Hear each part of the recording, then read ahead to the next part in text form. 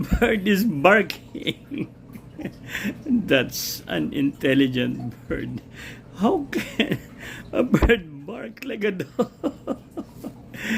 Oh, man, I've seen everything in YouTube.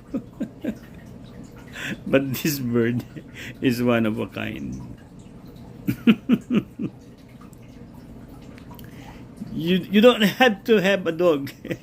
Just get that bird and you got a bird and a dog at a time.